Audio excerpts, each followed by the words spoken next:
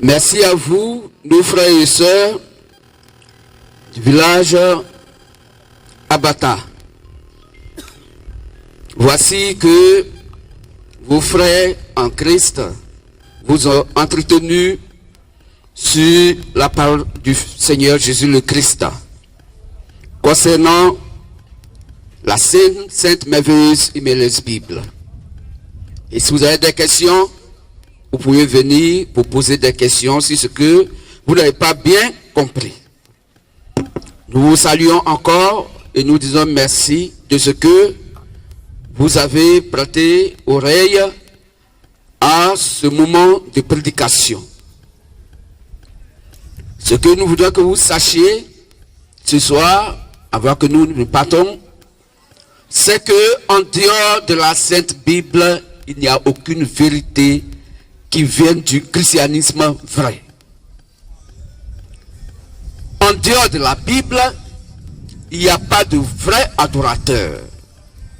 Puisque la Sainte Bible est le miroir, est la boussole du chrétien et de la chrétienne.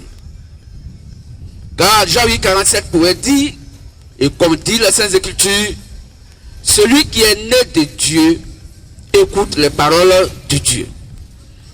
Vous n'écoutez pas parce que vous n'êtes pas né de Dieu. Donc voici comment celui qui est un enfant de Dieu se réjouit parce que la part de son Père est en train d'être prêchée et il écoute avec joie parce que son âme au-dedans de lui se réjouit à cause de la parole de Christ. Soyez bénis par le grand-mère béni Jésus le Christ au travers de la prédication et des différentes prédications que vous avez reçues ce soir.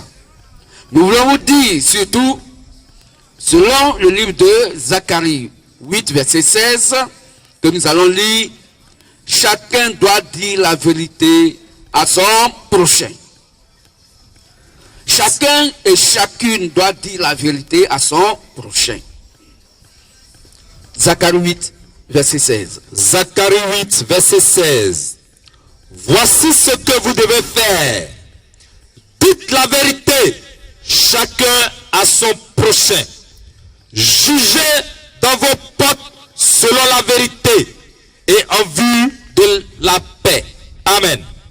Amen. Merci frère. Donc voici qu'il est clair sur les Saintes Écritures que chacun dise la vérité à son prochain et que l'on juge dans ses portes selon la vérité.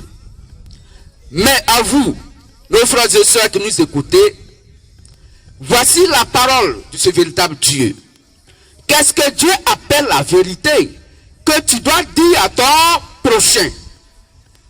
Or, pour dire la vérité à ton prochain, il faut que toi aussi, tu saches ce que c'est que la vérité et que tu sois dans la vérité. Afin de dire la vérité à ton prochain.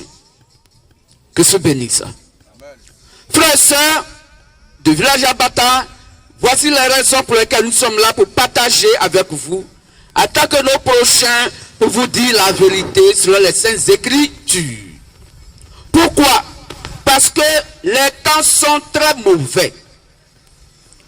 Et les temps sont terminés. Les temps sont finis. Et aujourd'hui, Satan bat son plein. Satan est en mouvement. Partout dans le monde entier. N'oubliez pas que selon Matthieu 4, après verset 8, verset 9, que la Bible est claire. Satan même n'a pas eu peur du grand-mère béni Jésus-Christ pour lui dire que si toi tu m'adores, je te donne toutes les richesses du monde entier parce que cela m'appartient et je donne cela à qui je veux pourvu que tu m'adores. Donc si tu m'adores, toi Jésus le Christ, je te donne les richesses de la terre. Pour dire simplement que les richesses de la terre aujourd'hui donc appartiennent à qui? À Satan. Et la Bible nous fait comprendre dans le livre de Jean que le monde entier est sous la puissance du malin, donc de Satan. Alors frères et sœurs, voici les raisons pour lesquelles nous sommes là, pour que vous compreniez que l'homme ne vit pas seulement de la nourriture physique, du bien-être social. Mais l'homme a en lui l'âme et l'esprit. Alors quelle est la vie de ton âme?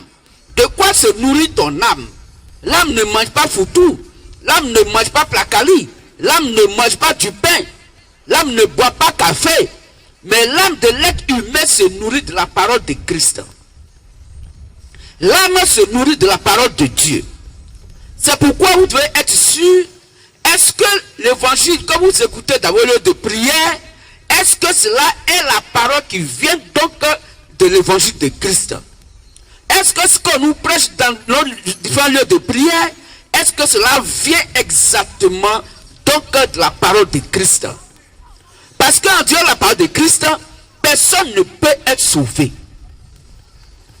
Puisque c'est lui, sa parole qui est la vie.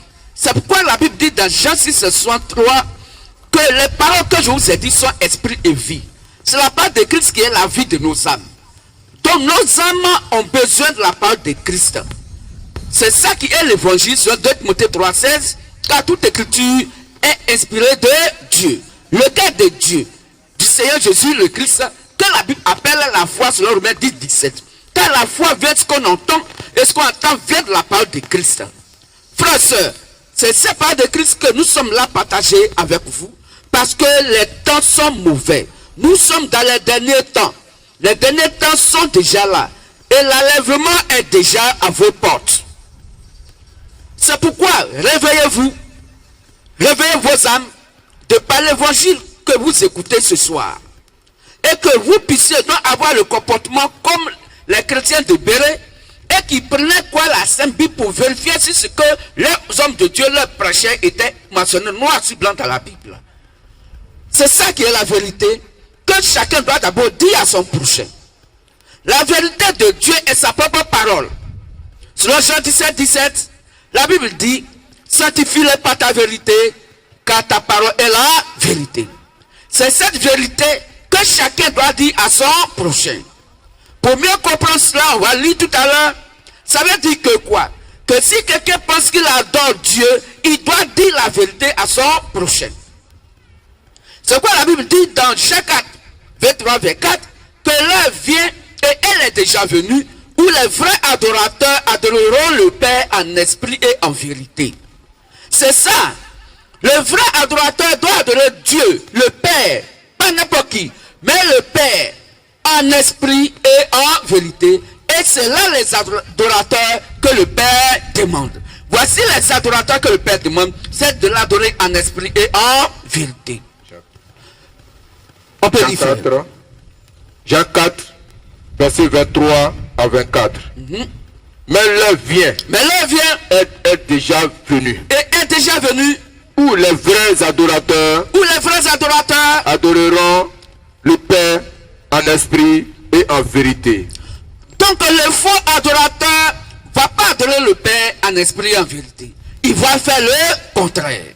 Car ce sont là les adorateurs que le Père demande. Que le Père demande. Dieu est esprit. Dieu est esprit. Il faut que ceux qui l'adorent. Il faut que celui qui l'adore en esprit. Il doit l'adorer en esprit et en vérité. Et en vérité. Amen. Amen. Donc cette vérité que tu dois dire à ton prochain, c'est quoi? C'est la parole de Christ. Le Jean 17, 17. Sur le Jean 17, 17, il n'y a que la parole de Dieu qui est la vérité que tu dois dire à ton prochain. Sanctifie-les par ta vérité. Sanctifie-les par ta vérité.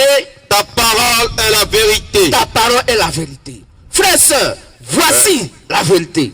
La vérité, c'est pas le fait de dire à quelqu'un que ce qu'il a dit est vrai.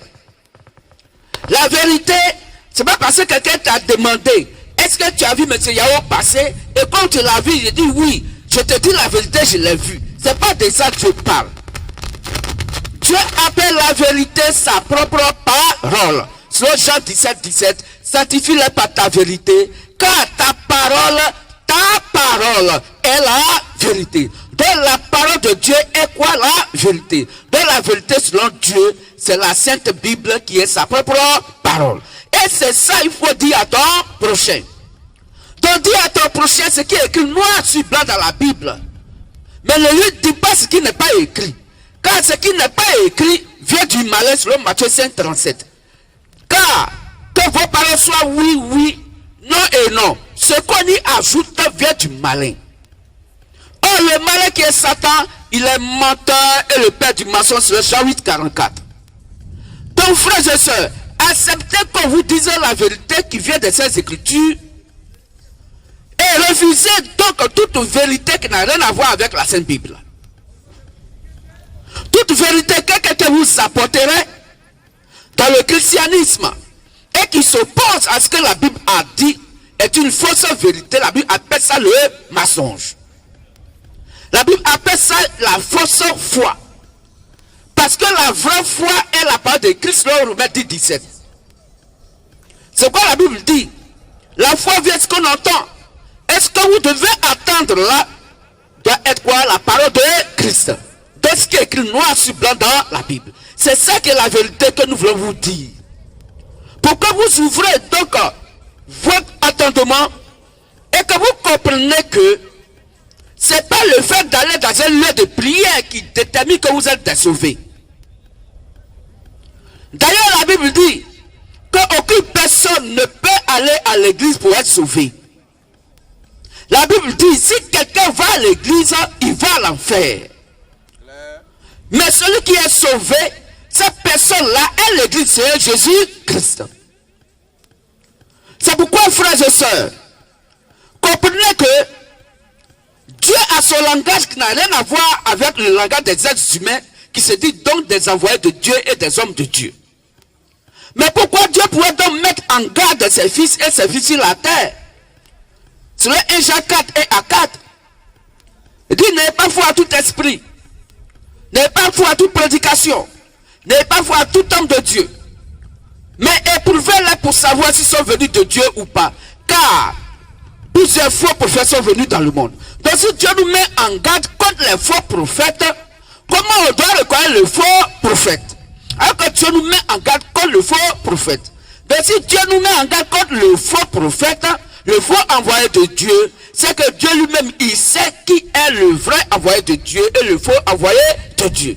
Et si nous devons le savoir, alors demandons à Dieu comment nous devons reconnaître le faux prophète, le faux donc homme de Dieu. Que je bénisse ça. Donc si Dieu dit de dire la vérité à son prochain, c'est que Dieu lui-même est censé de nous dire d'abord la vérité, car nous sommes son premier prochain. Que je bénisse. Dise la vérité à son prochain et que chacun puisse juger selon la vérité donc dans sa maison et que nous sommes la maison de Dieu selon Hébreux 3:6. Alors Dieu est censé nous dire la vérité. Et cette vérité n'est ailleurs que la Sainte Bible. Et cette vérité n'est que la parole de Christ sur Jean 17, 17. Il n'y a que la parole de Dieu qui est la vérité. Et ce frère, soeur, vous devez donc écouter et accepter. Si vous avez accepté Christ de par sa parole, alors vous êtes sauvés. Mais si vous le rejetez de par son évangile, alors vous aussi, vous n'êtes pas sauvés. Que je bénisse. Alors vous allez écouter attentivement ce que Christ dit.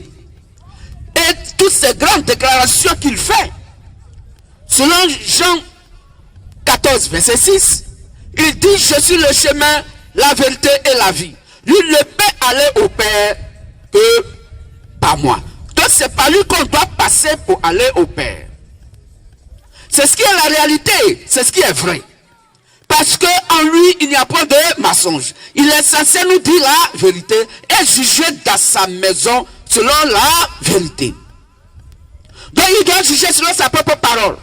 Il doit juger selon quoi? La Sainte Bible, qui est la parole de Christ sous la forme écriture. Frère, c'est à cette Bible-là que vous croyez. C'est à cette Bible-là que vous croyez. Parce que aucun ne peut croire au Seigneur Jésus-Christ en dehors de la Sainte Bible. Donc si vous êtes des chrétiens et chrétiennes, c'est que votre foi est basée sur la Sainte Bible. Si vous reniez la Bible, alors vous allez renier Christ. Car Christ est sa propre parole. Mais si vous avez accepté les Saintes Écritures, la Sainte Bible, alors vous avez accepté Christ. Mes frères et sœurs, Christ nous fait comprendre de par les Saintes Écritures de faire très attention, car il y a des faux qui sont là sur la terre. Pourquoi? Parce que le Saint-Esprit va donc démontrer, de par 2 Corinthiens 11, à partir du verset 13 à 15, qu'il y a donc des faux hommes de Dieu, appelés les faux prophètes, les faux apôtres. Ils se déguisent en ange de lumière. Ils vont se déguiser en homme de Dieu. Ils ont la Bible. Ils vont te parler de manière douce et flatteuse. Mais ne regardez pas à ça.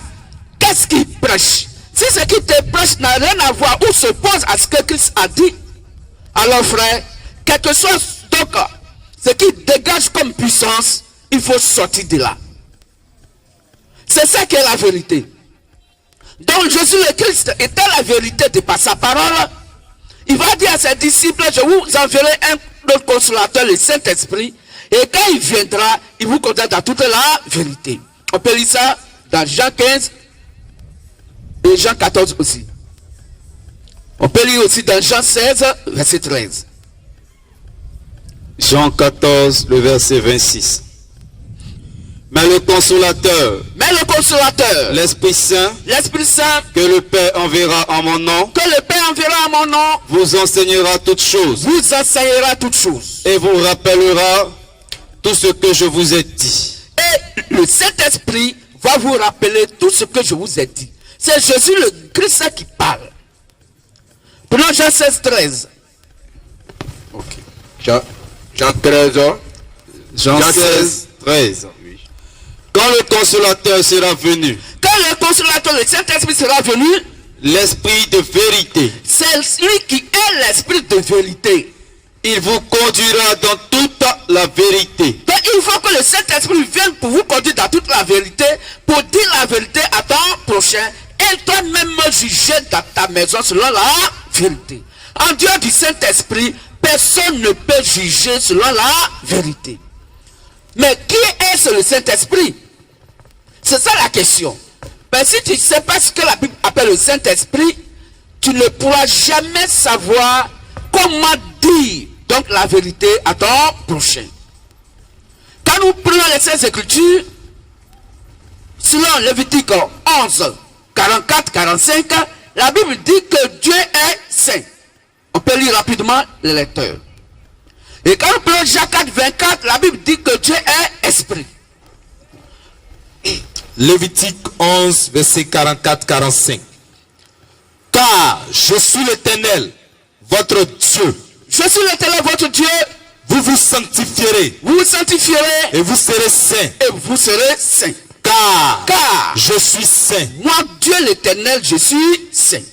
Et vous ne vous rendrez point impurs, oui, par tous ces reptiles qui rampent sur la terre. Merci. Amen. Donc Dieu est quoi? L'Éternel est saint. Donc si Dieu est saint, et Jacques 24 dit quoi? Jean 4, 24. Jean 4, 24. Dieu est esprit. Dieu est esprit. Donc le même Dieu qui est saint, le même Dieu est quoi? Esprit. Donc Dieu est saint et esprit. Donc Dieu est quoi? Saint-Esprit. Donc le Saint-Esprit, c'est Dieu lui-même. Or, Jean 1, 1 dit, au commencement était la parole était Dieu. Et la parole était avec Dieu. Donc si le Saint-Esprit est Dieu, et que Dieu est donc la parole, alors le Saint-Esprit s'appelle la parole de Dieu. Voilà ce que dit les Saintes Écritures. Le Saint-Esprit n'est pas un esprit dans l'air. Il n'est pas donc une sensation quelque part. Mais le Saint-Esprit, c'est la parole de Dieu. Car Dieu est saint et Dieu est esprit. Donc Dieu est saint et esprit. Donc Dieu est Saint-Esprit. Et le même Dieu qui est Saint-Esprit, Dieu est quoi? La parole. Donc le Saint-Esprit s'appelle la parole de Dieu. Jean 17, 17 dit, sanctifie-le par ta vérité, car ta parole est la vérité. Donc si le Saint-Esprit est la parole de Dieu, qui est Dieu lui-même, et que dans la parole de Dieu est la vérité, donc le Saint-Esprit s'appelle la vérité. Et cette vérité qui est le Saint-Esprit qui est Dieu, la Bible l'appelle le Seigneur Jésus-Christ. Dans la vérité selon Dieu, c'est la parole de Christ qui est Christ lui-même. Amen. Christ vous bénisse. Amen.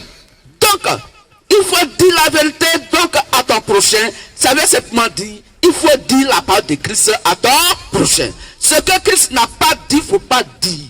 Ce qu'il a condamné, il faut condamner. Ce qu'il n'a pas condamné, il ne faut pas condamner. Parce que ce que Dieu n'a pas dit vient de la pensée humaine.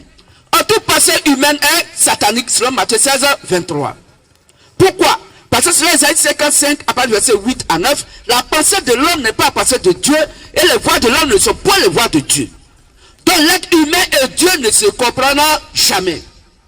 Pour que l'être humain puisse comprendre Dieu, il faut que le Saint-Esprit vienne pour lui donc apporter la vérité de Dieu, qui est la parole de Christ. Et c'est quand l'homme va dire les paroles de Dieu au travers des Saintes Écritures, quand il dit ce que Dieu a dit, alors la Bible dit tu as le Saint-Esprit. Puisque tu dis la parole du Saint-Esprit qui est quoi? La Sainte Bible. Donc toute personne qui dit la parole de Christ, c'est cette personne qui a le Saint-Esprit pour dire tu as la parole de Christ dans ton cœur. Que se bénisse. Amen. Alors frères et sœurs, voici cette vérité. Elle est choquante, mais c'est ça qui vient de Dieu. C'est d'abord que quoi? La Bible dit, tu es pierre sur ces pierres, je bâtirai mon église. Bon, entre nous, l'église appartient à qui? À un être humain ou au Seigneur Jésus le Christ? Parce qu'il n'a pas dit je bâtirai vos églises. Il n'a pas dit je bâtirai nos églises. Jésus-Christ ne s'est pas mis en association avec des êtres humains pour bâtir l'église. Il dit tu es pierre sur cette pierre, je bâtirai mon église. Moi, ça veut simplement dire que quoi? Pronom possessif. Pour dire que c'est la personne là à qui la chose appartient. Donc l'église appartient au Seigneur Jésus-Christ et non à un être humain. Alors d'où viennent maintenant les fondateurs des églises?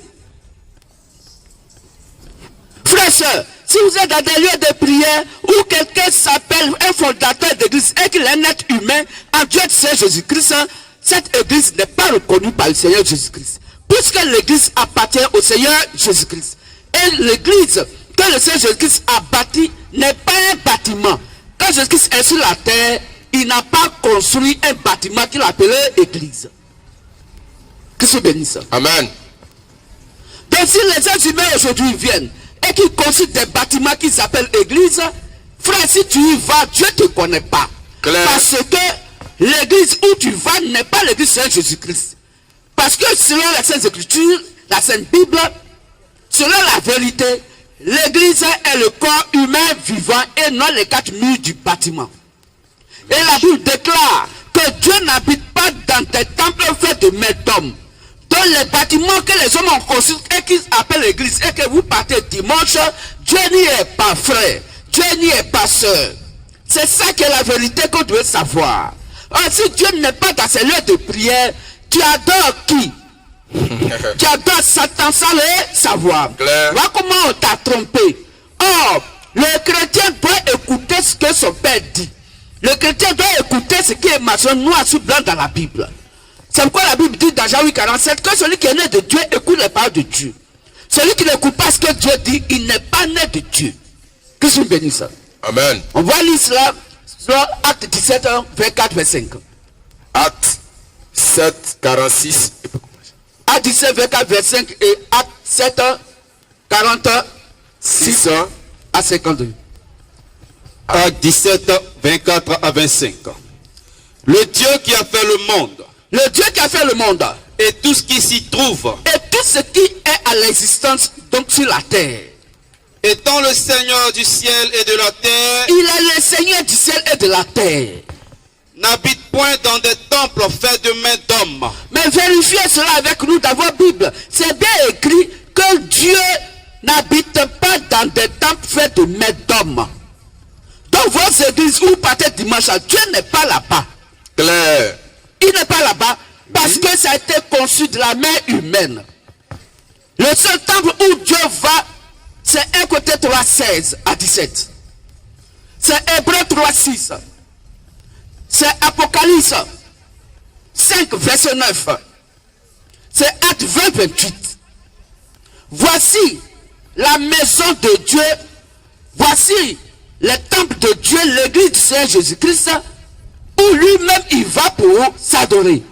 La Bible dit, c'est Dieu qui va à l'église dans le corps humain pour s'adorer, puisque le cœur de l'être humain est donc le lieu d'adoration de Dieu. C'est pourquoi son esprit habite dans nos cœurs. Il n'y a que Dieu qui s'adore lui-même dans le corps humain.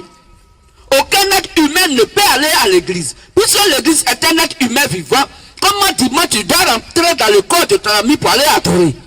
Question. Puisque pour Dieu, l'église c'est un être humain vivant. Et on vous donne les versets pour bien comprendre. Nous allons donc commencer à lire ces différents versets qui ont été donnés. Oui. 1 Corinthiens 3, verset 16. 1 Corinthiens 3, 16. Ne savez-vous pas que vous êtes le temple de Dieu Est-ce que vous ne savez pas que vous êtes le temple de Dieu et que l'Esprit de Dieu habite en vous? et que l'Esprit de Dieu habite en vous? Si quelqu'un détruit le temple de Dieu, Oui. Dieu le détruira. Car le temple de Dieu est saint. Oui. Et c'est ce que vous êtes. Ok. Amen. Donc voilà que c'est clair. Le temple de Dieu, c'est le corps humain vivant. Oui. Voilà ce que dit les Saintes Écritures. Selon Hébreux 3, 6, nous sommes la maison de Dieu. Et, Selon Ephésiens 2, 22, nous sommes la maison, l'habitation de Dieu en esprit. On lit ces différents versets. Amen. Hébreux 3, 6. Mais Christ l'est comme fils sur sa maison. Et sa maison, c'est nous. Donc Christ l'est comme fils sur la maison de Dieu, et la maison de ce véritable Dieu du Père, c'est qui? C'est nous. Donc la maison de Dieu, c'est un être humain vivant et non des bâtiments. C'est pourquoi la Bible dit dans Acte 17, verset 5, que Dieu n'habite pas dans des temps faits de main d'homme. Selon Acte 7, à partir du verset donc 46 jusqu'au verset 52, Dieu dit que tout le ciel est son trône et la terre est quoi? Son marchepied. Quelle maison on peut bâtir à Dieu pour dire voici le lieu de son repos? On peut lire ça encore. Acte 7, verset 46 à 52. Ok. David trouva grâce devant Dieu et demanda d'élever une demeure pour le Dieu de Jacob. Et ce fut Salomon qui lui bâtit une maison. Mais le Très-Haut n'habite pas dans ce qui est fait de main d'homme. Ah, donc nous comprenons que le Très-Haut, Dieu n'habite pas dans ce qui est fait de main d'homme. Comme dit le prophète. Alors les bâtiments qui sont faits dimanche, vous partez là-bas et vous mettez le nom église là-dessus. Dieu dit il n'est pas dans cette église-là. L'église reconnue par Dieu, c'est le corps humain vivant. Un être humain vivant, un homme masculin vivant, une femme masculine vivante. Claire. Continue frère. Le ciel est mon trône Dieu dit le ciel est son trône et la terre mon marchepied. et la terre est son marchepied. Quelle maison me bâtirez-vous? Alors quelle église quelqu'un va bâtir à Dieu pour dire que lui ça va donc à l'église pour adorer Dieu? Dit le Seigneur. Ou quel serait le lieu de mon repos? Oui. Amen. Donc Dieu n'est pas dans ce qui est confectionné des mains humaines. Dieu n'y est pas. Dieu se trouve dans des corps humains vivants. C'est pourquoi quand Adam, il avait l'homme Adam, il a soufflé en lui le souffle de vie. Et Adam était quoi? Un être humain vivant. Pourquoi? Parce que Dieu est la vie. Amen. Que se bénisse. Amen. Donc quand nous allons lire encore Acte 20, 28 et Apocalypse 5, verset 9, la Bible nous démontre que l'église du Seigneur pour laquelle donc il est mort et que son sang est versé, c'est des êtres humains vivants et non des bâtiments. Acte 20, verset 28. Prenez donc garde à vous-même et à tout le troupeau sur lequel le Saint-Esprit vous a établi évêque pour paître l'église du Seigneur qu'il s'est acquise par son propre sang. Amen. Amen. Donc le Seigneur Jésus-Christ s'est acquise son église de par son propre sang. Il est mort et son sang est versé pour sauver son église. Ce n'était pas pour sauver des bâtiments que des hommes appellent aujourd'hui des églises et dimanche les gens vont à l'église. Ce n'est pas donc une bonne expression chrétienne. Aucun chrétien ne peut tenir ce langage de dire dimanche, mon ami, mon frère, ma soeur, toi tu ne vas pas à l'église. C'est un langage païen. Ce n'est pas biblique. Pas selon la Bible, selon le Saint-Esprit, le corps humain vivant est l'église du Seigneur. Ce n'est pas les bâtiments. Donc si tu dis dimanche tu vas à l'église, ça veut simplement dire que dimanche tu dois rentrer dans le corps de quelqu'un. Clair. On appelle ça la sorcellerie. Oui. Que c'est béni ça. Amen. Amen. Frères et sœurs, nous ne sommes pas là pour vous parler mal. L'évangile est choquant. Oui, c'est vrai. Les gens ont dit ça aussi au temps de Jésus-Christ. Selon Jean 6, après verset 60, ils lui ont dit ça. Il dit, mais c'est pas son ton dur. Qui peut l'écouter? Mais c'est ça. Mais c'est l'esprit qui vivifie. Comprenez ce que Dieu dit de par ces Écritures. Nous n'avons rien ajouté, rien à retrancher aux Saintes Écritures. Car si nous le faisons, nous sommes des maudits. Et si vous acceptez un évangile où quelqu'un ajoute ce qui n'est pas écrit, alors vous aussi, vous êtes des maudits. Clair. N'acceptez jamais que quelqu'un vous prêche la parole de Dieu et qui vous donne des choses qui ne sont pas écrites noir sur blanc dans la Bible. Parce que selon Proverbe 30, verset 6, la Bible dit, n'ajoutez rien à ces paroles de peur que vous soyez trouvé menteur. Jean 44 dit que le menteur s'appelle Satan. Donc toute personne qui ajoute à la parole de Christ est trouvé Satan. Et ce que dit Matthieu 16, 23. Et ce que confirme Ésaïe 55, verset 9 à 8, pour dire que, verset 8 à 9, pour dire que la pensée de l'homme n'est pas la pensée de Dieu, et les voies de l'homme ne sont pas les voies de Dieu. Donc frères et sœurs, ayez le langage de votre Père, le Seigneur Jésus-Christ. Pour Christ, le bâtiment où quelqu'un va, où il demeure, n'a jamais été l'église. Le lieu d'adoration n'a jamais été l'église. Le lieu de prière n'a jamais été l'église. La Bible appelle un lieu où les gens se rassemblent pour prier un lieu de prière. La Bible appelle donc ce lieu, si c'est un Patam qui est là, une maison ou bien une bâche qui est là, la Bible appelle ça un temple et non l'église. Puisque l'église a été sauvé par le Seigneur Jésus-Christ de par son sang. Il est mort pour son église. Donc si vous appelez un bâtiment église, vous dites par là que Jésus-Christ est mort pour sauver des bâtiments. Quel blasphème! Clair. C'est ce que la Bible appelle le blasphème comme le Saint-Esprit. Clair. Dieu qui est mort pour sauver son église, qui sont ses fils et ses filles, les gens vont vous faire croire que Dieu va à l'église dans un bâtiment. C'est écrit Pour ouvert. faire comprendre que le bâtiment, c'est ça qui est l'église. Or, si vous comprenez dans votre âme que le bâtiment est église, alors votre âme est condamnée sans le savoir. Clair. Parce que vous comprenez par là que effectivement, votre âme prend donc cette fausse nourriture pour dire que Jésus-Christ est mort pour sauver le bâtiment. Puisque ces bâtiments, les gens appellent église. Frères et sœurs, c'est ça qui est la vérité que vous devez savoir.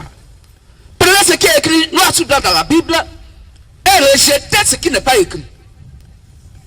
C'est pourquoi quand le Seigneur Jésus-Christ devait partir, il appelle ses disciples et lors de sa dernière prière, il leur dit, à vous mes disciples, allez faire des nations des disciples. Baptisez-les au nom du Père, du Fils et du Saint-Esprit et enseignez-leur ce que je vous ai prescrit. Voici ce qui est la vérité qui vient de ces Écritures. Frères et sœurs, si tu as été baptisé et avant que tu sois baptisé, tu as fait d'abord cours de base, cours de baptême, cours de catéchuménat, ton baptême est un faux baptême. Voici la vérité que nous sommes venus pour vous dire. Selon Zacharie 8, verset 16, que chacun dise la vérité à son prochain et dans vos propres maisons là, alors jugez selon la vérité. Or la vérité c'est la parole de Dieu qui est la Sainte Bible. Oui. Donc on doit juger selon ce qui est écrit noir sur blanc dans la Bible. En dehors de la Bible, il n'y a pas de justice qui soit selon la vérité. Parce que la vérité pour Dieu, c'est sa propre parole. Oui. Frères et sœurs, voici ce que nous voulons vous dire. Toute personne qui est baptisée, et avant qu'il soit baptisé, il a d'abord été enseigné. En faisant cours de catéchuménat 5 ans, cours de base 6 mois, ou bien 3 mois, cours de baptême, le Saint-Esprit ne te reconnaît pas. Jésus-Christ ne te reconnaît pas parce que tu es en dehors de sa parole, tu es en dehors de la vérité. Or, il faut être dans la vérité pour que tu sois sauvé. Parce que tu as eu un baptême qui n'a rien à voir avec ce que la parole de Christ dit. Et si tu n'as pas la foi, parce que ton baptême n'est pas posé sur la parole de Christ. Parce que selon Romains 10, 17, La foi vient de ce qu'on entend, et ce qu'on entend vient de la parole de Christ. Or, ce que tu as fait n'a rien à voir avec la parole de Christ. Mon frère, le jour où tu meurs, tu vas à l'enfer. Clair, sans aboutillage. Voici la vérité que nous sommes venus vous dire, frères et sœurs. Et voici encore ce que condamne le Saint-Esprit, ce que condamne la parole de Christ. Voici la vérité absolue que vous savez, mais pourtant, vous l'avez rejeté. Et vous avez donc fait ce qui n'a rien à voir avec les Saintes Écritures. Puisque tout le monde a la Bible chez lui à la maison, beaucoup d'entre nous donc savent lire. Que je bénisse. Amen. Amen. La Bible dit que le baptême est un engagement de bonne conscience envers Dieu. Pas envers ton homme de Dieu, pas envers ton église, pas envers ton père, pas envers ta mère, pas envers un ami. Mais le baptême est un engagement de bonne conscience envers Dieu. On va lire ça. 1 Pierre 3, 21. Lecteur. 1 Pierre 3, 21. Cette eau était une figure du baptême, qui n'est pas la purification des souillures du corps, mais l'engagement d'une bonne conscience envers Dieu. Le baptême est un engagement d'une bonne conscience envers Dieu. Si quelqu'un se baptise, c'est qu'il sait la parole de Christ qu'il a écouté, en quel il a cru, et il prend donc l'engagement de se baptiser. Le baptême est un engagement de bonne conscience envers Dieu, et non envers ton église, et non envers ton homme de Dieu. Non. Parce que ce n'était pas un homme de Dieu qui a été crucifié à la croix. Au commencement, il n'était pas un homme de Dieu. Au commencement, il n'était pas une église. Au commencement, c'était la parole. Et c'est la parole qui est Christ qui a été crucifié à la croix. Et c'est à lui que nous prenons l'engagement que quand nous voulons nous baptiser. Mais quand il est 16 Écritures, quand nous prenons Marc 16, 15 à 16, la Bible dit, celui qui croira et qui sera baptisé sera sauvé. Donc il faut croire d'abord à la parole de Dieu. On t'annonce la bonne nouvelle. Si tu crois, on te baptise. Sans coût de base, sans coût de catéchuménat, sans coût de catéchèse. Mais la Bible dit, cet engagement que tu dois prendre, avant que tu ne prennes cet engagement de baptême envers Dieu, il faut d'abord que tu crois donc à une prédication. Pas à un enseignement, mais à une prédication. On doit t'apporter la bonne nouvelle, la doctrine des apôtres. Dieu se bénisse. Amen. Alors la question qui surgit, comment se fait-il qu'aujourd'hui, des gens qui disent que Dieu les a envoyés vont faire le contraire de ce que Dieu leur dit de faire? Or, celui que Dieu envoie dit les paroles de Dieu. Comme dit Jean 3, à partir du verset 34. On va lire ça. Donc si Dieu t'a envoyé, tu dois dire les paroles de Dieu. Et la parole de Dieu est la vérité. Donc Dieu qui est la vérité de par sa parole, si t'envoie, toi que Dieu a envoyé, tu dois dire donc la vérité de Dieu qui est sa sainte parole, la sainte Bible. Ça t'a détourné à gauche ni à droite. Jean 3, verset 34. Oui. Car celui que Dieu a envoyé dit les paroles de Dieu. C'est tellement clair. C'est simple, c'est clair. Comment reconnaître un faux envoyé de Dieu? Voilà. Donc si on vous dit quelque chose, qu'on vous prêche quelque chose qui est donc en opposition avec les Saintes Écritures, Dieu ne l'a pas envoyé. Clair. Si quelqu'un te prêche quelque chose qui n'est pas écrit noir sur blanc dans la Bible, Dieu ne l'a pas envoyé. Clair. Si quelqu'un te dit quelque chose selon donc l'adoration et que la Bible n'a pas mentionné, Dieu ne l'a pas envoyé. Oui. C'est clair. Car celui que Dieu envoie dit les paroles de Dieu. Et Dieu n'est pas bête pour pouvoir dire et se dédire après. Si Dieu se repent, il n'est plus Dieu. Oui. Si Dieu dit, excuse-moi, je me suis trompé, il n'est plus Dieu. Un faux Dieu. Ça veut dire simplement que sur la terre, tu vas te démontrer que oui, tu es mon fils, tu es ma fille. Tu vas au paradis. Et au dernier jour, Dieu se trompe pour dire, excuse-moi, je me suis trompé de face. J'ai pensé que c'était toi, Dieu, c'est ta cousine qui était sauvée. Un Dieu comme ça, on ne l'adore pas. Parce que notre Dieu ne peut jamais se tromper. Car il s'appelle la vérité. Jamais. Clair. Frères et sœurs, voici la vérité que je suis venu vous dire. Donc comment se fait-il que Dieu qui dit le baptême est un engagement de bonne conscience envers Dieu, des gens aujourd'hui, c'est le commandement envoyé de Dieu, baptisent des nouveau-nés. Le nouveau-né là, il a quelle conscience envers Dieu? Question. Ce nouveau-né là, il a pris quel engagement de bonne conscience envers Dieu? Question. Ce nouveau-né-là, il a cru en quoi? Parce que Marc 16, 15 à 16 dit, ceux qui croiront et qui sont baptisés seront sauvés, mais ceux qui ne croient pas seront condamnés. Le nouveau-là, il a cru en quoi avant d'être baptisé? C'est un faux baptême. C'est une fausse doctrine. Vous êtes largement dans l'erreur. Sortez de l'erreur et revenez à la Sainte Bible. Amen. Voici la vérité que je suis venu vous dire. C'est cette vérité-là. Elle est choquante. Elle fait mal. Oui, mais c'est ça qui est la vérité. Oui. Et la pensée humaine va amener des frères et des soeurs au milieu de vous à rentrer dans des raisonnements. Mais vous là-haut, vous venez d'arriver. Est-ce que vous ne savez pas que ça fait longtemps? Moi-même là, j'ai fait 30 ans de baptême. Non. Le baptême, il n'y a pas d'âge. J'ai 50 ans de baptême dans mon église. Mais je suis baptisé, confirmé. Ce n'est pas ça qui compte. Ce qui compte, est-ce que l'évangile que tu as reçu avant d'être baptisé était conforme à la doctrine des apôtres, à l'enseignement de l'évangile que le Saint-Esprit a prêché au travers des apôtres. Puisque c'est à eux que Jésus-Christ a remis la bonne nouvelle qui est les clés du royaume des cieux, leur disant, ce que tu liras sur la terre sera lié dans les cieux, et ce que tu délieras sur la terre sera délié dans les cieux. Oui. Puisque c'est au disciple de Jésus-Christ, avant sa mort et sa résurrection, qu'il a remis quoi? Les clés du royaume des cieux. Donc si quelqu'un doit aller au paradis, il doit passer par l'évangile des apôtres qui est la clé du royaume des cieux. C'est quoi Jésus-Christ pourrait dire que je ne prie pas pour le monde, mais je prie pour ce que Dieu m'a donné, le Père m'a donné du milieu de ce monde-là. Oui. Il dit qu'il ne prie que pour les apôtres. Il ne prie pas pour le monde. On peut lire ça dans Oui. Jean 17, verset 9 et Jean 17, verset 20. Jean 17. Et il dit que ce n'est pas pour eux seulement que je prie, mais je prie pour tous ceux qui vont croire en moi, Jésus-Christ, mettez par eux la parole. C'est clair. Frères et sœurs, pour être sauvé, il faut que tu sois sauvé sur la base de la prédication des apôtres Seigneur Jésus-Christ. En Dieu de leur évangile, tu vas à l'enfer. Claire. Jean 17, 9. Oui. C'est pour eux que je prie. Je ne prie pas pour le monde, mais pour ceux que tu m'as donnés, parce qu'ils sont à toi. Amen. Au verset 20. Jean 17, verset 20. Oui. Ce n'est pas pour eux seulement que je prie, Donc je ne prie pas seulement pour les 11 disciples. C'est ce que Jésus disait. mais encore Mais encore. pour ceux qui croiront en moi Mais tous ceux qui vont croire en moi, Jésus-Christ, par leur parole. mettez par eux leur parole. Amen. Que je bénis ça. Amen. Frères et sœurs, voici la voie du salut. Tu vas aller au paradis.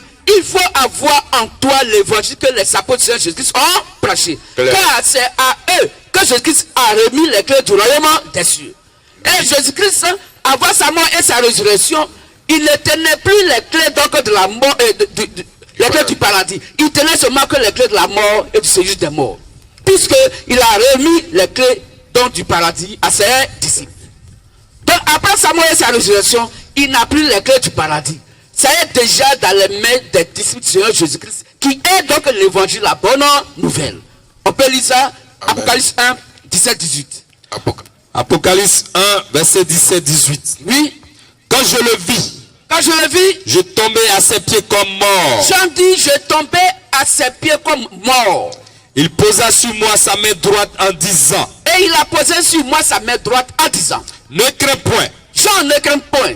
je suis le premier et le dernier, Je suis le premier et le dernier. Qui est le premier et le dernier? Le Seigneur Jésus-Christ. et le vivant. Qui est le vivant?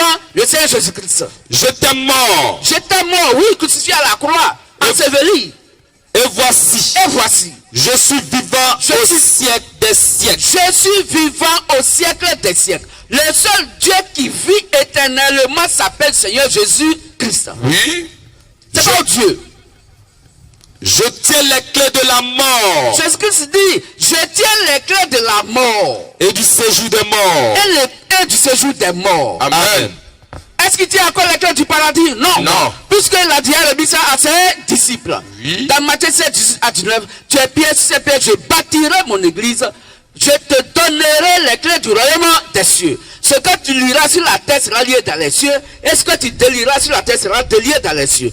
Donc, ce sont les apôtres de par leur prédication qui jugent donc ce monde. Si eux, leur évangile n'est pas dans ton cœur, c'est que eux, ils sont condamnés dans l'adoration si toi tu n'as pas condamné ça, tu vas à l'enfer. Clair. Ce que eux ils ont condamné dans l'adoration, si toi tu n'as pas condamné cela, tu vas à l'enfer. Ce que eux-mêmes ils ont libéré pour dire, ils sont d'accord dans l'adoration, si tu t'opposes à ça, tu vas à l'enfer. Car c'est à eux que Jésus-Christ a remis les clés du royaume des cieux, qui est la bonne nouvelle. C'est à eux que nous devons donc connaître et comprendre comment adorer le véritable et réel Dieu. Puisque c'est eux pour la première fois quand le Saint-Esprit donc est venu sur la terre, qui ont donc adoré Dieu en esprit et en vérité. Que se bénisse. Amen. Et c'était par eux que l'église du Seigneur Jésus-Christ est née dans Acte 2. Et la Bible dit au verset 47 de Acte 2 que Dieu ajoutait à l'église ceux qui étaient sauvés. Frères et sœurs, voici cette vérité qui vient de ces Écritures. Étamisez donc votre adoration dans vos lieux de prière pour voir est-ce que cela est donc en conformité avec l'adoration des apôtres. Si ce que les apôtres ont condamné dans l'adoration, vos hommes de Dieu n'ont pas condamné, alors ils sont coupables. Et puisqu'ils sont coupables, vous aussi vous êtes coupables. Ne dites jamais que le salut est personnel. Le salut n'a jamais été personnel. Le salut est commun selon Jude 1 verset 3. Et ce salut, c'est la parole de Christ, Christ lui-même en tant que sa propre parole. C'est lui que nous avons en commun. Parce qu'il est notre Père. Dans la famille, tous les enfants de la famille ont le Père en commun. Oui. Si un père de famille a mis au moins de 5 enfants, il n'a que les 5 enfants en commun. Tous les 5 enfants doivent porter le nom du Père. Si le monsieur s'appelle Kwame, s'il a fait 3 enfants, on aura Kwame Kofi, Kwame Kaleja, Kwame quoi que ce soit. Et ainsi de suite. Pourquoi? Parce qu'ils ont le Père en commun. Et pour prouver cela, alors leur identité est l'identité du Père de par son nom qu'ils ont en commun. Donc Christ étant donc notre Père, étant notre salut, alors lui qui est le salut, nous l'avons en commun en tant que ses fils et ses filles. Ça n'a rien à voir avec ceux qui ne sont pas nés de Dieu. Mais tous ceux qui sont nés de Dieu, donc qui ont donc pour Père le Seigneur Jésus-Christ qui est le salut, tout le monde, donc étant ses fils et ses filles, ont donc le salut en commun. Donc nous avons le salut commun que le Seigneur Jésus-Christ. Quand quelqu'un vous parle d'un salut qui est personnel, il ment. Oui. Les autres Jésus-Christ sont des faux Jésus-Christ. Oui. Mais le seul et vrai Jésus le Christ, il va sur sa part pour l'exécuter. Il est unique. C'est quoi la Bible appelle le Fils unique. Parce qu'il n'est pas né de la même manière que tous les autres. Oui. Que se bénisse. Amen. Donc le salut est commun. Jude 1 verset 3. On va lire. Jude 1 verset 3. Bien-aimés, comme je désirais vivement vous écrire au sujet de notre salut commun, je me suis... Alors nous voyons ici que c'est bien écrit salut quoi commun. C'est pas écrit salut personnel. Le salut est quoi commun. Donc tous les enfants de Dieu ont donc leur Dieu qui est Jésus-Christ en commun. Que se bénisse. Amen. Voici la vérité que vous devez aussi savoir, frères et sœurs. Donc le baptême des nouveau-nés est un faux baptême. Est un baptême qui n'est pas reconnu par Christ. Oui. Si ton fils a été baptisé au moment où il est encore nouveau-né, alors le baptême qu'il a reçu est un faux baptême. Et le baptême doit être fait en fonction de l'évangile qui a été donc écouté. Car il faut croire d'abord à une exhortation à la bonne nouvelle avant de se faire baptiser. Le nouveau-né qui est baptisé, il croit en quoi? Il a écouté quoi? Pour qu'il s'engage. Question. Et comme Dieu le savait, il dit le baptême est un engagement de bon conseil envers Dieu. Mais pourquoi c'est toi le père ou la mère qui engage le nouveau-né au baptême? Question. Tu es avec Christ, avec la part de Dieu, ou bien tu es contre les Saintes Écritures. Alors que la Bible dit que le baptême est un engagement de bon conseil envers Dieu. Donc si le nouveau-né doit donc se baptiser, il doit donc s'engager envers Dieu. Comment un nouveau-né peut donc prendre un engagement envers Dieu? Question. Et c'est toi le père, la mère, qui l'amène à un baptême. Et tu prends un engagement que la foi n'a pas pris. Question. Alors, quel Dieu tu adores? C'est Satan, ça le savoir. Voilà comment tu es largement dans l'erreur. Amen. Il faut sortir de là, te viens à la Sainte Bible. Oui. Frères et sœurs, comme nous vous le disons encore, nous ne sommes pas là pour parler mal d'une église. Loin de là. Mais toujours pour plonger les yeux de nos frères et sœurs que vous êtes dans les Saintes Écritures, la Sainte Bible. Car les hommes de Dieu vous ont menti depuis longtemps. Oui. Vous savez lire et écrire. Ouvrez vos Bibles. Au moment où nous vous parlons, ouvrez vos Bibles et vérifiez les versets que nous vous donnons. Clair. C'est tellement simple. Que se bénisse. Amen. Donc frère, la Bible défend la prédication de la femme. Selon 1 Corinthiens 14, 33 à 38. Selon 1 Timothée 2, à partir du verset 9 au verset 15. La femme ne doit pas enseigner la parole de Dieu. C'est ce qui est écrit. Oui. La Bible dit qu'elle doit mettre ses têtes dans l'église. C'est ce qui est écrit. Mais aujourd'hui, des gens mal affermis ne connaissaient pas donc les Saintes Écritures vont tordre le sens de la parole de Dieu pour donner des interprétations basées sur la pensée humaine. Pour dire que la femme, elle doit enseigner la parole de Dieu, ça veut dire qu'elle doit prêcher l'évangile. Pourquoi? Parce qu'il est écrit dans Joël 2, 28 et dans Acte 2, à partir du verset 17, 18, qu'il est écrit que dans le dernier temps, Dieu allait répandre son esprit sur toute chair.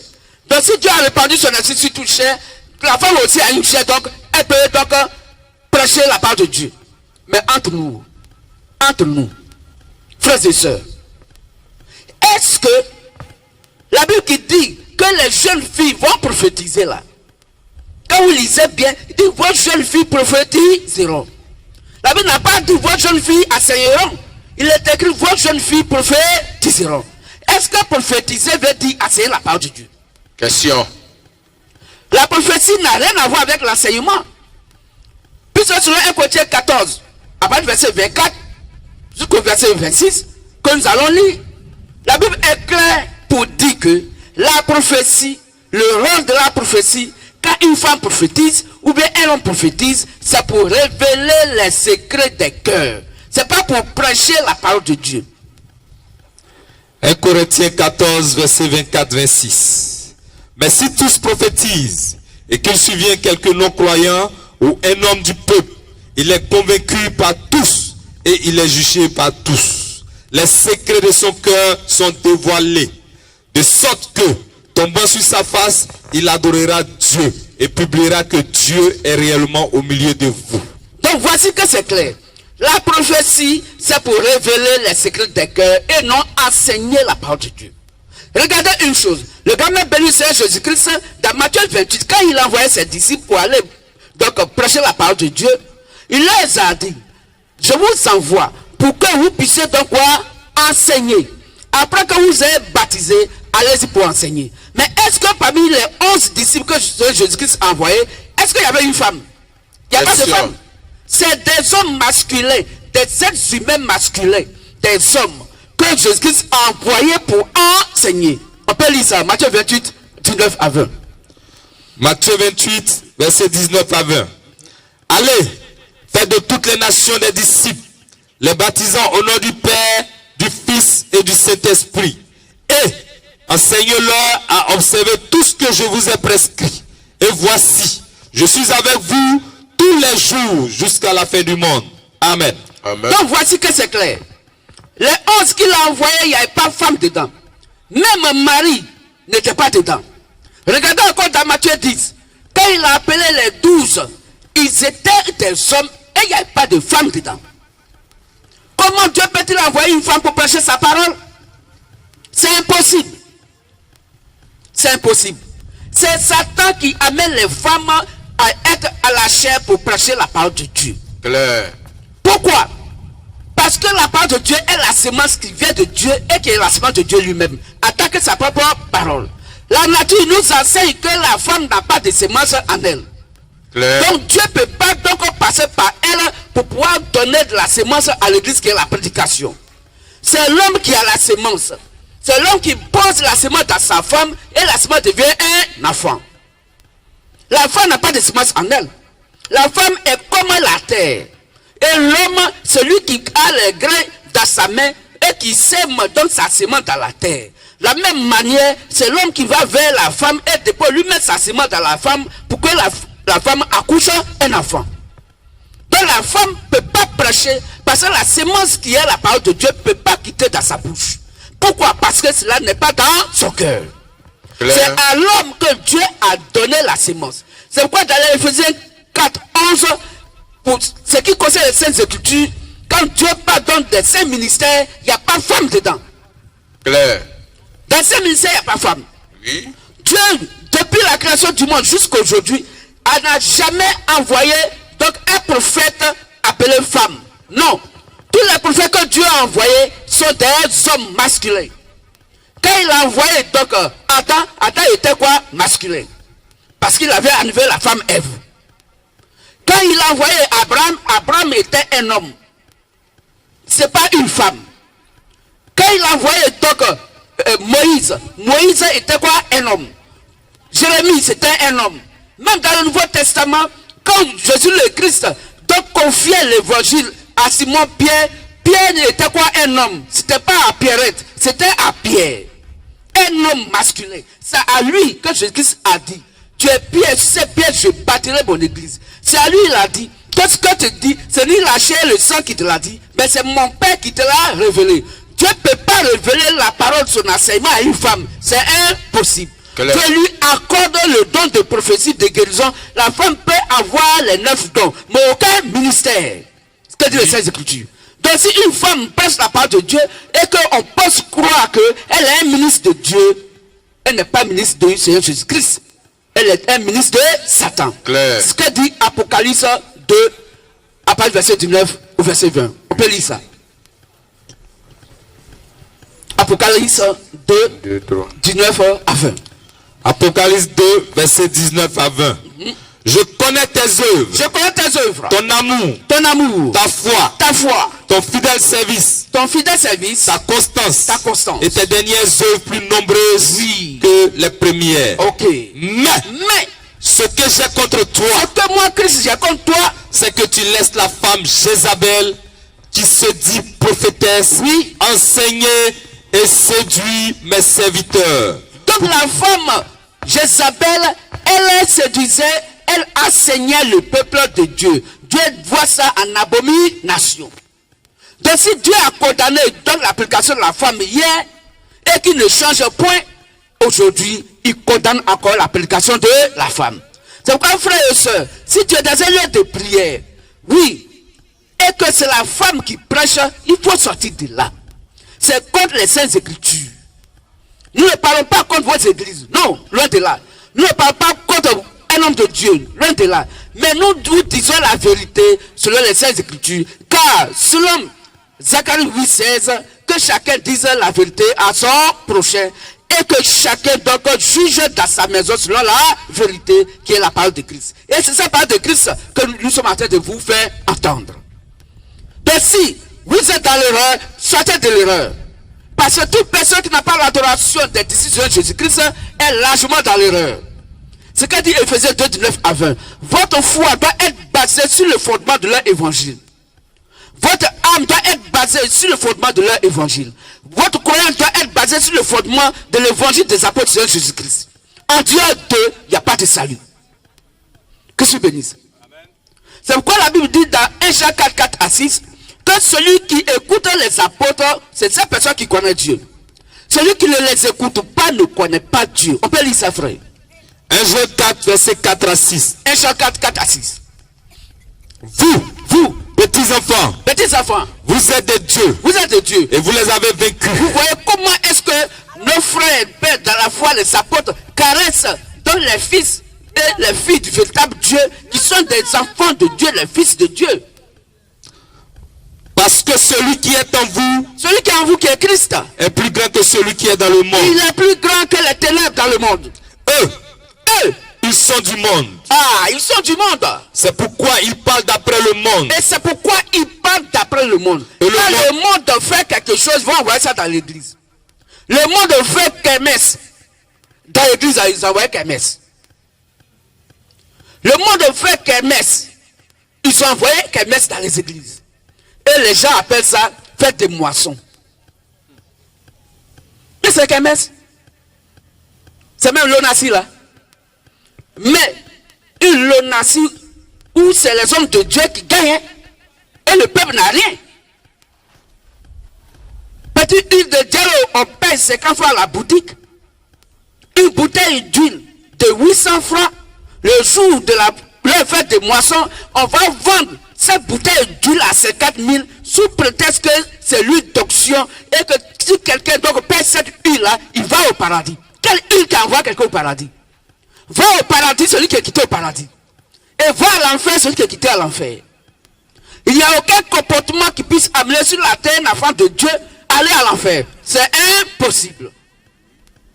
Quel que soit son comportement, il va au paradis parce qu'il est quitté au paradis. Ce que dit les Saintes Écritures. On va lire ça 1 Corinthiens 5, 1 à 5. Éphésiens 1, 4. Apocalypse 13, 8. Apocalypse 17, 8.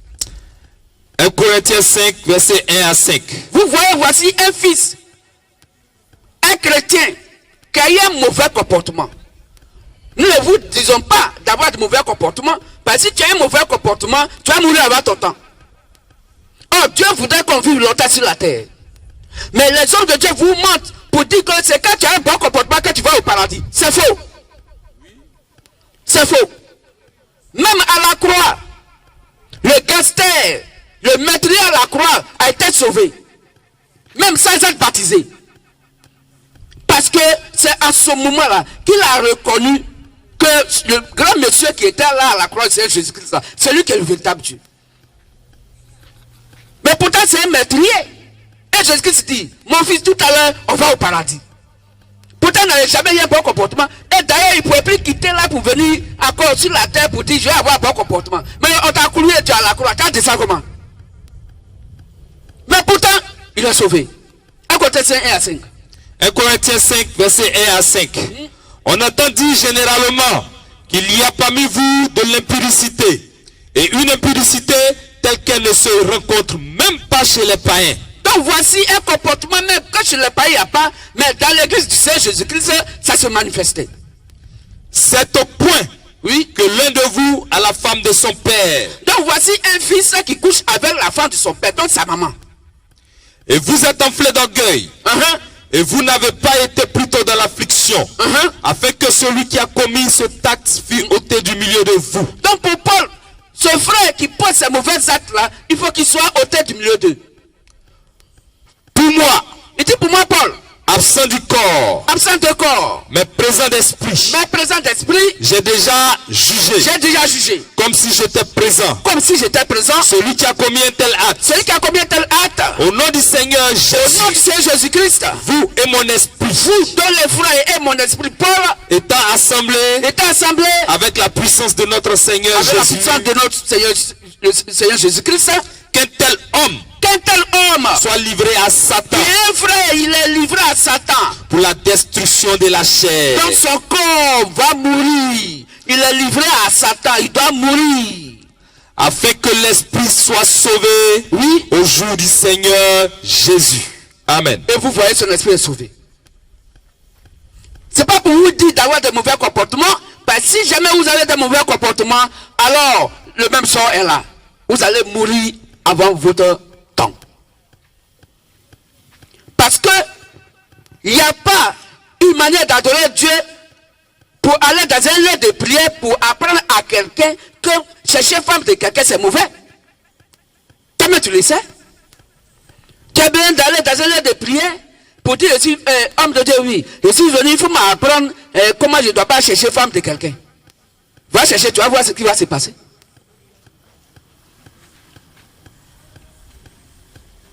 Après des vols, on n'a pas besoin d'aller dans un lieu de prière pour dire que qu'est-ce que c'est que le vol ou bien quoi que ce soit. Non, il faut voler, tu vas voir ce qu'on va te faire. Donc frère, ce qu'on doit comprendre et savoir, c'est que la vérité selon Dieu, c'est sa propre parole.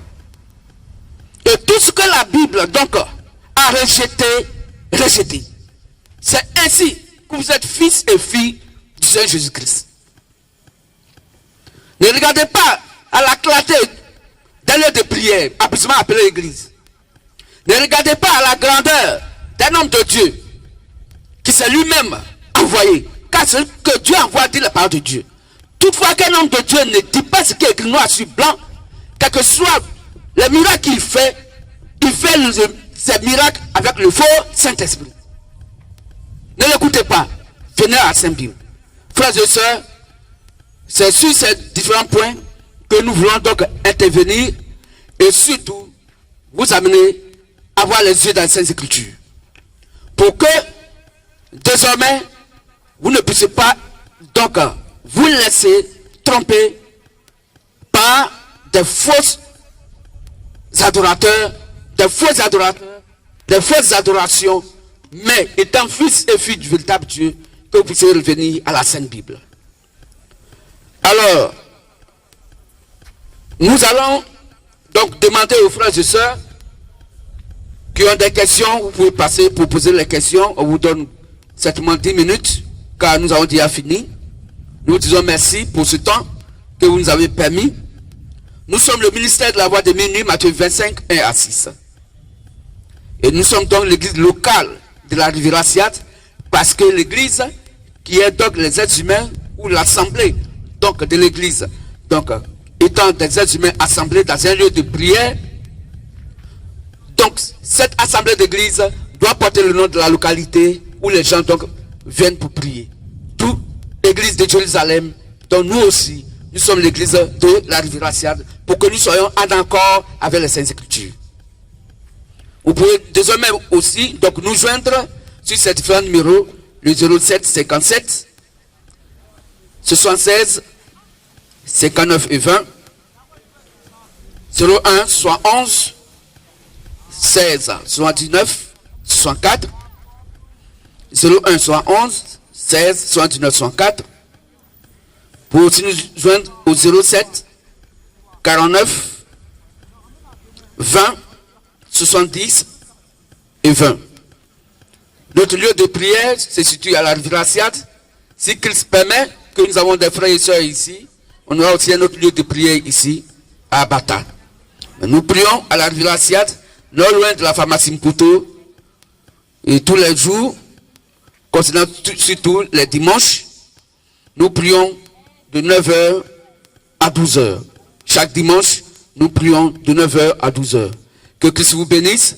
S'il y a des frères et des sœurs qui ont des soucis, des maladies, et qui souhaiteraient qu'on puisse prier pour eux, nous avons donné vos contacts. Vous pouvez nous appeler chez vous à la maison et nous nous déplaçons pour venir.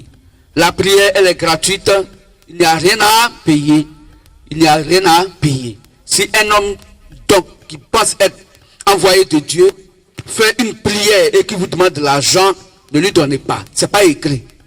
La Bible dit, vous avez reçu le don de Dieu gratuitement. Donnez donc aussi gratuitement ce que Dieu vous a donné. On ne paye pas prière, c'est gratuit. On ne paye pas baptême, c'est gratuit. Si quelqu'un est un frère ou une soeur, pour l'évangile que vous avez écouté, vous êtes